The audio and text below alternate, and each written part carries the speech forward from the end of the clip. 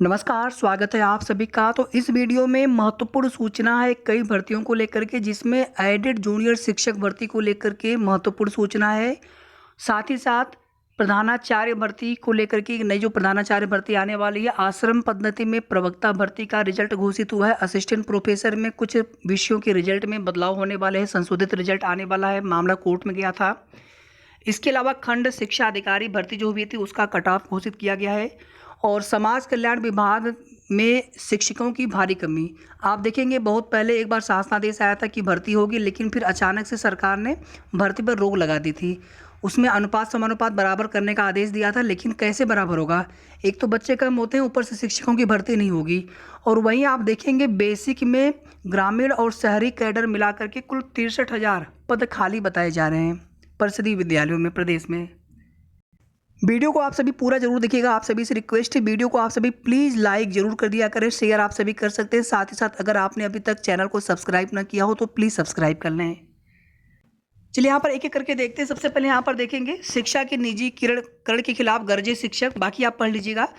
Assistant professor के 4 विषयों का बदले का परिणाम, अर्थशास्त्र, संस्कृत, गणित और शारीरिक शिक्षा। मामला देखिए कोर्ट में गया था। हाई कोर्ट ने महेंद्र कुमार वर्मा और विनोद कुमार पाल की याचिकाओं पर 15 व 16 सितंबर को क्रमशः असिस्टेंट प्रोफेसर अर्थशास्त्र और संस्कृत के परिणाम संशोधित करने का आदेश दिया है। दोनों अभ्यर्थियों का परिणाम तैयार करते समय एक एक प्रश्न के अंक जोड़े नहीं गए थे। यही गलती असिस्टेंट प्रोफेसर शारीरिक शिक्षा और गणित विषयों के परिणाम हुई और इन दोनों विषयों को लेकर भी हाई कोर्ट में याचिकाएं हो गई हैं। तो कुल मिलाकर के इन चारों विषयों का जो रिजल्ट है वो बदलने वाला है। इसमें आप देखेंगे जो आपत्तियां की गई थी अभ्यर्थियों की तरफ से, वो आपत्तियां सही पाई गई थी। होनी चाहिए थे 155.79 अंक 74 प्रश्नों के सही जवाब के, और मिले कितने थे 153.68, जिसकी वजह से चयन सूची से बाहर हो गए थे। उसके बाद फिर कोर्ट ने मूल ओएमआर शीट तलब की, जिसमें याची की आपत्ति सही पाई गई। और उत्तर प्रदेश उच्चतर शिक्षा सेवा आयोग ने अर्थशास्त्र के अलावा संस्कृत और दूसरे विषयों की ओएमआर शीट जांचने में त्रुटि स्वीकार की है। सूत्रों के अनुसार आयोग ने इन त्रुटियों की जांच के लिए कमेटी गठित कर दी। जांच के बाद संशोधित परिणाम घोषित किया गया। असिस्टेंट प्रोफेसर अर्थशास्त्र और संस्कृत में आयोग की ओर से कोर्ट में जो जवाब दाखिल किया गया हुआ था, वहाँ जवाब शारीरिक शिक्षा और गणित विषयों में लगाने की तैयारी है। तो ये हालत है यहाँ पर देखेंगे आप। इसके बाद देखिए डीएलएड में प्रवेश नहीं हो पा रहे हैं, सीधे प्रवेश की शासन ने दी अनुमति। यहाँ पर देखिए प्रवक्ता आश्रम पद्धति के 91 पदों का परिणाम घोषित हुआ है। लोक सेवा आयोग की तरफ से प्रवक्ता राजकीय आश्रम पद्धति इंटर कॉलेज परीक्षा 2021 के 3 विषयों गणित, भौतिक और रसायन विज्ञान का अंतिम परिणाम मंगलवार को घोषित कर दिया है। जीव विज्ञान के 33 विषयों का परिणाम अभी घोषित नहीं हुआ है। इन पदों पर भर्ती के लिए 42,814 अभ्यर्थियों ने आवेदन किया था। प्री हुआ था, मेंस हुआ था, उसके बाद यहाँ पर ये फाइनल जो रिजल्ट है विषयवार जारी हो रहे हैं। आगे इसमें देखिए यहाँ पर आप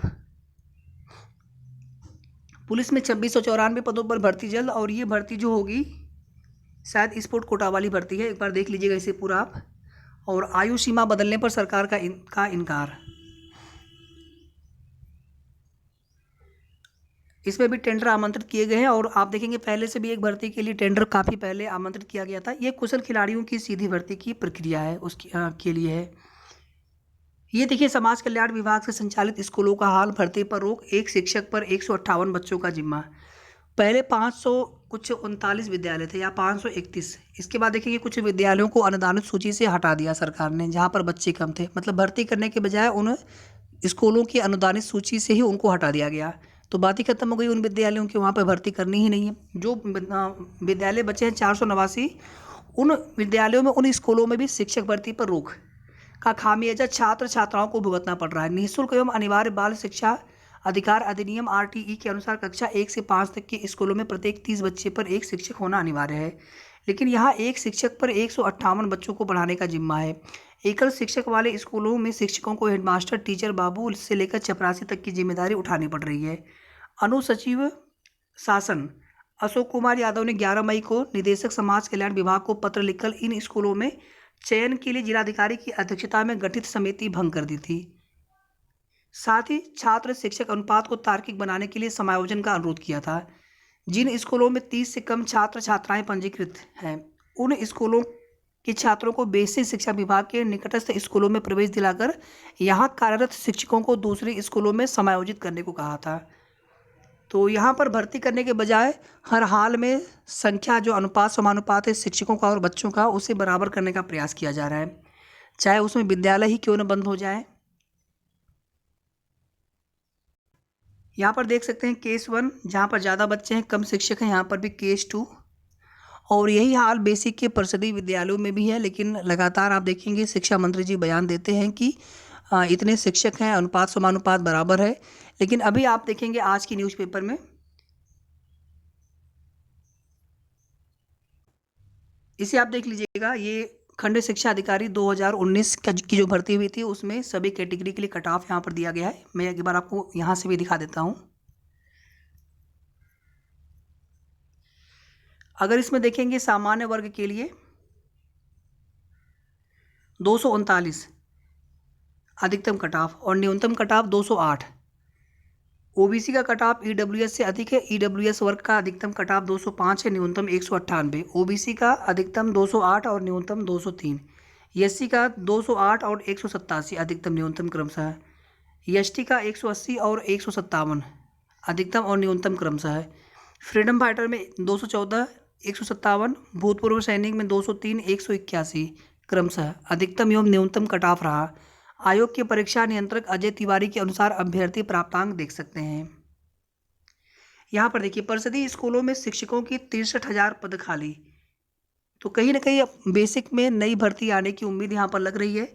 बेसिक शिक्षा राज्य मंत्री स्वतंत्र प्रभार संदीप सिंह ने विधानसभा में विधायक प्रसन्न कुमार और मनोज कुमार पारस के एक सवाल के जवाब में बताया कि परिषदीय स्कूलों में करीब 63,000 शिक्षकों के पद खाली हैं। इनमें ग्रामीण स्कूलों में 51,112, ये सरकार ने हलफनामा भी लगाया हुआ है पहले का। शहरी स्कूलों में 12,149 पद खाली हैं। परिषदीय स्कूलों में शिक्षकों की 5,80,084 पद सृजित हैं। प्रदेश में अनुदेशक व शिक्षा मित्र समेत कुल 6,28,915 शिक्षक कार्यरत हैं। प्रधानाचार्य भर्ती परिणाम की तैयारी, मांगी कॉलेजों की रिपोर्ट।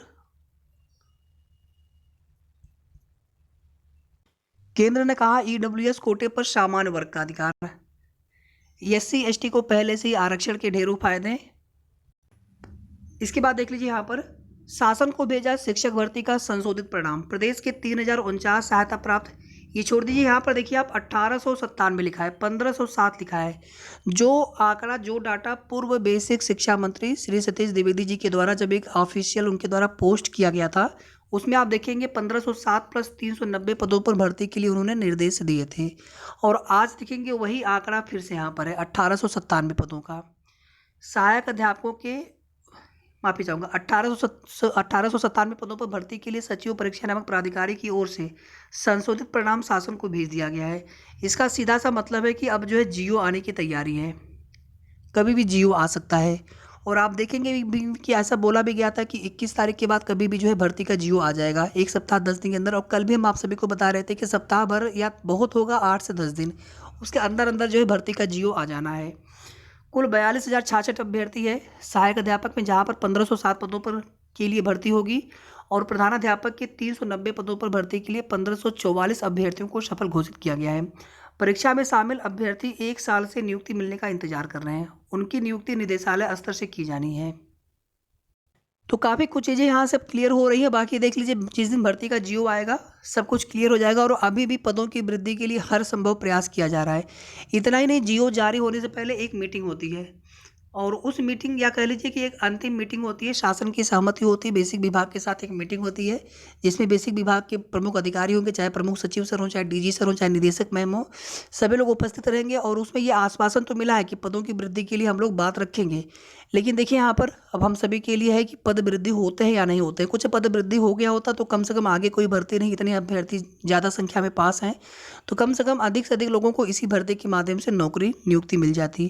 तो जो भी जैसी भी आगे की अपडेट मिलेगी आप सभी को समय समय पर सही और ऑथेंटिक जानकारी हमारे द्वारा दी जाएगी। धन्यवाद।